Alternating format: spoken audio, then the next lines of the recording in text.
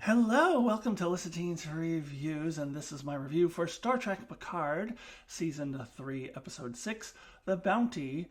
So, a spoiler warning, of course, does apply if you have not seen up to the end of this episode in Star Trek Picard. So before I get into my thoughts on this episode in particular, I want to quickly reflect back on the first 6 episodes because we now are caught up with the critics. Us ordinary schlums in the world are now caught up with the critics who got the first 6 episodes in advance of the season, and that includes one of my favorite YouTubers, Jesse Gender, but it also includes a variety of other critics, and I read various different articles written by some of these critics, and almost without fail, everyone who got those first 6 ahead of the season were raving about it, and in some cases referring to this as one of the best seasons in modern Trek, if not Trek overall, at least up to the first 6. And I was very skeptical about that. If you saw my preseason review, or preview I should say, for Star Trek, I was very, very skeptical based off of how horrible Picard Season 2 had been. So even with the critics, and including Jesse Gender, saying how great it was, I had very low expectations. So what I will say is I am much, much closer to those critics' opinions than I thought I would be. For those who are saying this is one of the best seasons of Star Trek, I'm definitely not there. And honestly, based off of this episode, I don't think I'll ever get there. But that's okay. Like, I never expected this or needed this to be one of the best seasons in Star Trek. That is way overshooting the moon. Like, I had never wanted that. I just wanted it to not suck. And I wanted it to be something that I enjoy. And I think no matter what the final 4 episodes do, the show has already accomplished that for me. Like, I will look back in the season and go, there was a lot of great moments. I enjoyed this season quite a lot. So hopefully that I won't be with the asterisks of through the first 6 episodes and then the last 4 just sucked. Hopefully it won't be that. But I don't think it will be. I think they will continue with a lot of those great character moments, a lot of the good kind of fan service that they have done through the first 6 episodes and really laid it thick in this episode. I think those kinds of things will continue, and I will walk away from the season overall feeling positive, even if I have critiques. It doesn't matter to me whether I think it's the greatest season of all time, because I never, ever, ever had that expectation to begin with. So those critics who were behaving as if it's one of the greatest seasons of all time, at least through the first 6, that I can't get on board with. But I actually am finding myself not too far off from Jessie Gender, who I disagree with often. For example, she was really into Star Wars Andor. I think that show is mediocre at best and vastly overrated. So I was, because she was raving about it, I was like, well, I disagree with her often, so we're probably not going to be on the same page. But we kind of are. I watched a snippet of her review for this week's episode before I recorded mine. And she said that this was her least favorite episode, this episode 6. And I agree, this was also my least favorite episode thus far, but maybe for different reasons than what she had. So as for this episode, yeah, I still had a lot of those great character moments, which I'll talk about. It had, I like the theme, the parent-child theme that was happening here, and the nostalgia, most of it was good, and I'll get into that. I'll get into a little bit of the good kind of fan service versus the not so good kind of fan service in a minute. But yeah, so I had some of that. But there was a lot of clunkiness in the storytelling, both as this episode relates to previous episodes and the greater season as a whole, and also within itself. So I'm going to start there. Sometimes I like to start with the positives, but usually I do that with episodes or films that I hate. And I want to start with the positives to make it out that I don't totally hate it. But that's not the case here. Since I do overall still enjoy this episode, it's just not a 9 or a 10 like all the other episodes for me. I overall enjoy it, so I feel confident and starting with my critiques, and then I'll get into some of the positives at the end. So let me go ahead and do that now. Okay, starting with the critiques, I think there's a lot of clunkiness in the storytelling. I'll start with kind of the serialized storytelling as it relates to the season overall. I think there were things that didn't quite match up or feel right to me. So first and foremost, Jack has neurotic syndrome, which he inherited from Picard. So all of those visions and the Last of Us vines and the voices and the red door were a red herring. So that doesn't mean anything. Hopefully that's not the case, but it does feel like we're going, yeah, none of that mattered.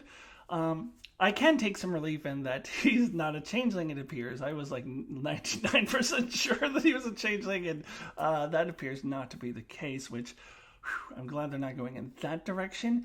It does seem now that the changeling's interest in him has something to do with that Picard DNA, like the Picard genetic material, because they stole John Luke's original body.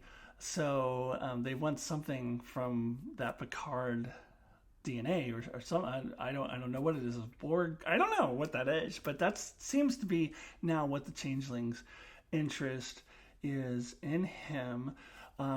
We saw in the previously on, I was reminded of when Vadic talked to the mysterious, leader, bad guy, whoever. He said to secure the asset. That's the only thing that's important. So it's not that he's a changeling, it's that his genetic material, I guess, is important. So, but what, all the visions, they gotta mean something else other than, it's just neurotic syndrome. If that's all it is, then I think that's not great storytelling. I think that's a clunky misdirect that I didn't care for. But I guess that can still be corrected if those visions do turn out to mean something more than, it was just neurotic syndrome. Also, I was a little disappointed. They started talking about the changelings as if these changelings represent all of the changelings. That's how they talked about it in that briefing scene at the beginning, whereas before they presented this as a splinter group of the changelings, implying that there are still like the good changelings that Odo was able to reach. And it's such a shame that Rene Aberdoir is no longer with us, because this would be a great opportunity for him to be in the show, coming in representing the good changelings and showing us that they're not all like that. And I do hope we still get that representation, even if we will not be able to have Odo per se.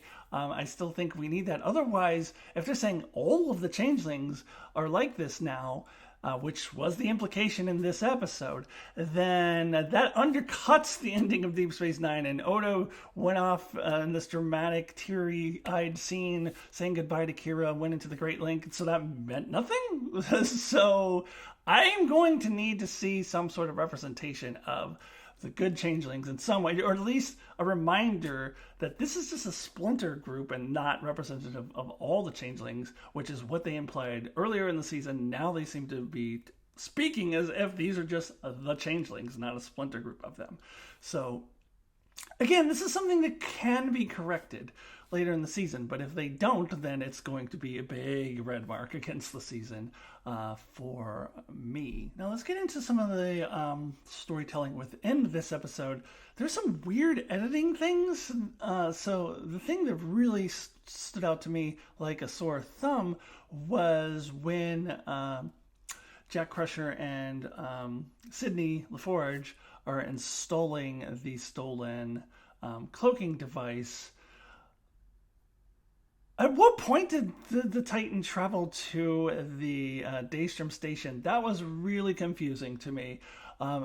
I thought they were still parked at the Museum of Ships, and just all of a sudden they were at the Daystrom station with the cloaking device. I didn't even notice them traveling. So I'm just confused in the timeline of how when Jack and Sydney got over to the Bounty and stole that cloaking device and were able to install it, as opposed to when did the Titan leave and start heading toward the Daystrom station.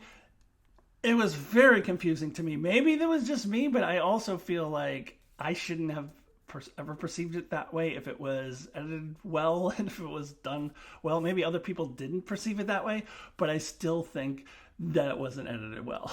Even if just one person, me, sees it that way, I don't think it was done well. So that was just like, what? That was really, really off-putting. So yeah, that was weird. And now I kind of actually want to transition to another topic, but I'm just going to stay with one more critique, because I want to start talking about fan service, good fan service versus bad fan service. And I do believe that there is a distinction. I'm not one of those people who think all fan service is bad, and I never want anything from previous episodes ever mentioned ever again. No, I don't. I'm not on board with that line of thinking. I love really good nostalgia, really good fan service. And what I mean by that is fan service or nostalgia that services the plot, services the story, services the characters. It's not just thrown in there just to please the fans. Go, ooh, look at this. Remember this character? Ooh, remember this? Ooh. Whereas I feel like almost all of the fan service in season 3, including some of the stuff in this episode, which I'm going to talk about in just a minute. Hold on. That I think that it services the plot well, services the characters well. The one thing that I think was definitely just thrown in there to go, ooh, look at this, was one of the things that I said in my pre-season preview.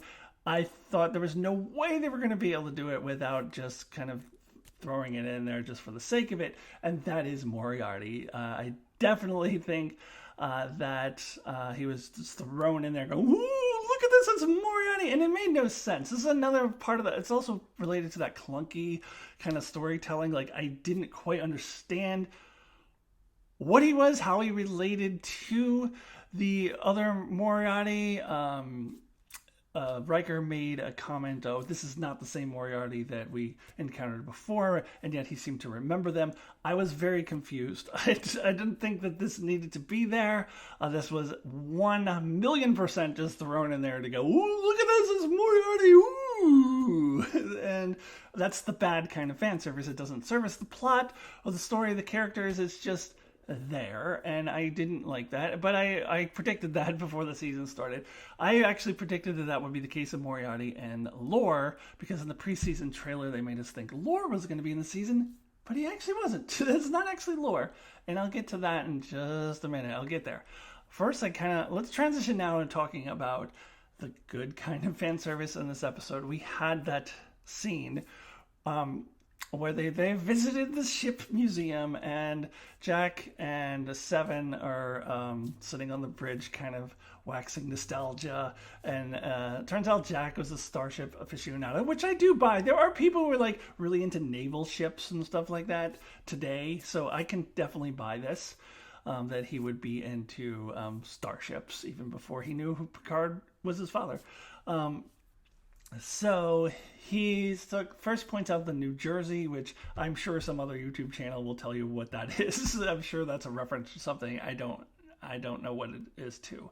And then Kirk's Enterprise, and then we get the nice moment of Seven reflecting on a Voyager, and they do the Voyager theme. Dun dun dun dun dun.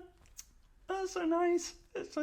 I really enjoy when they have characters in shows reflect on their time in other shows, because I feel like Star Trek in the past, I mentioned this with Worf before, where when he was in Deep Space Nine, it was like they would maybe mention occasionally his time on the Enterprise, but it was just really, really focused on Deep Space Nine. And then when he would appear in the Next Generation movies, it was as if he never was on Deep Space Nine, and that didn't matter.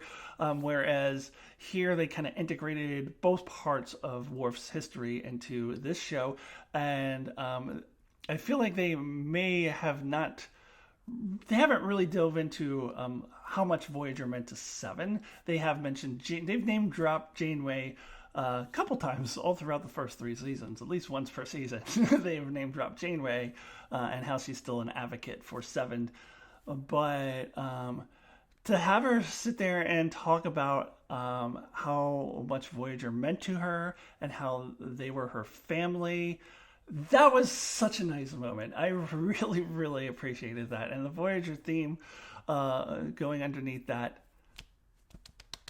hit me in the right place. No, that was good. That was see, to me, that's the right kind of fan service because it does service the character of Seven of Nine, because I think that is a part of who she is, and we can't just sweep that under the rug.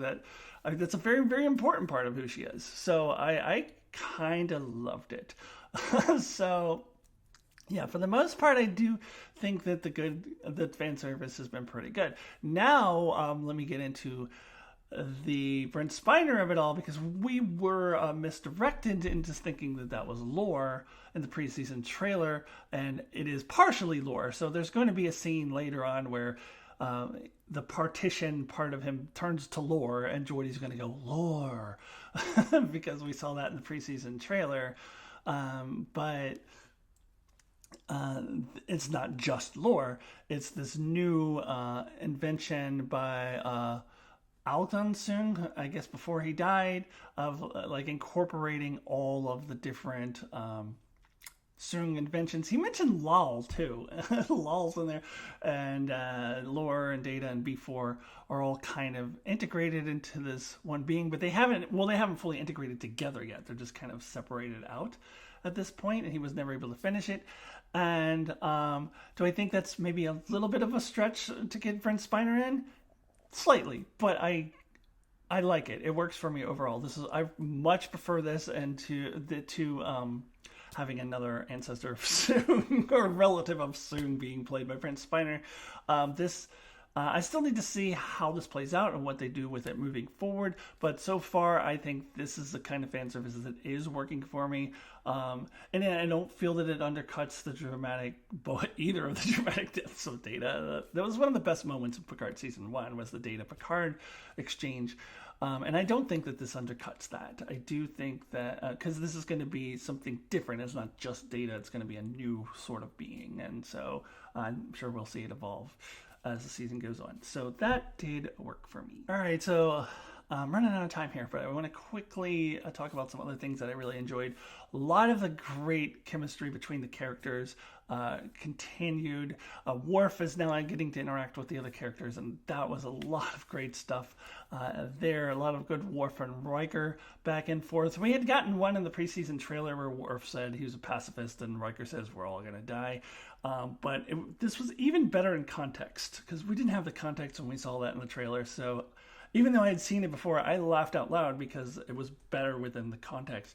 And then we had this really great. Michael Dorn is just so good this season. We had this really great scene where he and Seven and Raffi were all in the transporter room, and Worf was like, "I've been on away missions with lovers before," and I'm thinking, "Yeah, you were one. You were with Jadzia Dax, and that didn't go well." But anyways, and he's like, "I've been on away missions with lovers before, and it can work out." And then Seven's like, "I'm not going." He's like, "Thank God, this is such a relief." And just the timing was just so good. Enjoy a lot of those moments, and then continuing on with the Riker and Worf stuff when they beam over to Daystrom Station. A lot of great interactions there. Really, really enjoyed that, and this is the aspect of Picard Season 3 that I can really dig my teeth into, even if it ends up being a little bit disappointing with the story and there's more clunkiness that happens. I can really still feel confident that I can walk away from the season saying I enjoyed it because of moments like these, and I am sure that they will continue. So all of that stuff was good. And then we get Geordi coming in, and we're having this kind of parent and son or daughter theme happening here and how they relate to each other. I did think the Geordi and Sydney dynamic there was a little bit cliche. It's not something that I've never seen before. The whole, like, what happened to you? I care about this family. You're not the person you used to be. Okay, you've convinced me. I need to remember what I used to be. Like, that, we've seen that before, but it worked. And I really appreciated they finally are giving some development to Sydney LaForge, because I feel like the first couple episodes, she was just like, well, my father always said this. And, like, Okay, you don't even like your father, so like, what the hell? So that was I didn't like this character. I thought she was very one-dimensional in the first few episodes, but now they're starting to develop her, and they're using Geordi LaForge to kind of for her to bounce off of. So even though that whole thing was a bit cliche, I do think it worked for the story, and it worked for me. So then we have Jack and Jean-Luc starting to get to know each other a little bit, and this is believable to me. So I keep comparing it to James Kirk and David, and this is working much better for me than that ever did. So even if Jack did die at the end and Picard fell out of his chair and said, "You Klingon bastards," I think it would be a little more earned than it was in Star Trek 3. I keep always harp on that. But so I do like that. And they're getting into a little bit of this nature versus nurture thing. I'm more of a nurture kind of believer myself. I don't really buy that Jack would inherit like Picard's wisdom, or what was the other thing he said? I forget. Like, intangible traits from Jean-Luc that he would inherit genetically. I personally don't believe in that. I think that kind of thing is something you learn from being around someone your whole life. But that's the whole nature versus nurture debate, and I think the show seems to be going with the nature side of things, which I personally don't agree with. But that, I guess, that's just a philosophical difference of opinion. But just as far as the storytelling goes, it worked really well. Also, just kind of throw out a little mention that Captain Shaw, although it didn't have a lot to do in this episode, I do think is really starting to fit into the dynamic of the rest of the crew. And I would love it if they did a Shaw and 7 of 9 show like they did with having the spinoff of Pike. That would be so good. I would watch that. Anyways, just wanted to drop that in. I gotta go, so let me quickly wrap this up with my rating out of 10. So this will be the lowest rating that I've given, but I've been giving 9s and 9.5s and 10s thus far. This episode 6, my rating out of 10 is a 7. So I did get a lot of enjoyment out of some of the character interactions, but there was still a lot of clunkiness in the plot, clunkiness with how it relates to the rest of the series thus far, and we're going to have to see moving forward if they can smooth some of that out. But overall, I still quite enjoyed this episode. So it's not like I hated it. I get a lot of enjoyment out of this episode, especially those nostalgia moments. So overall, this episode is coming out as a 7 out of 10 for me. All right, that does it for this week. Please join me next week as we get into uncharted territory. We're getting into episodes that even the critics have not seen. So looking forward to talking about episode 7 with you next week. Also, a couple quick announcements of videos that were not on my calendar video on my channel that I could kind of spring it on you. I did a mid-season review for The Mandalorian Season 3, so you should check that out. Next week, probably sometime Wednesday or Friday, I'm going to be uploading my rewatch review, a look back review, whatever you want to call it, of Lower Decks Season 1. And I'm going to go through each episode of Lower Decks Season 1 and talk about how I felt about it watching it for the first time in a couple of years. So please check it out. You can subscribe, ring the bell for notifications, and to get all of that. And I will see you all really soon.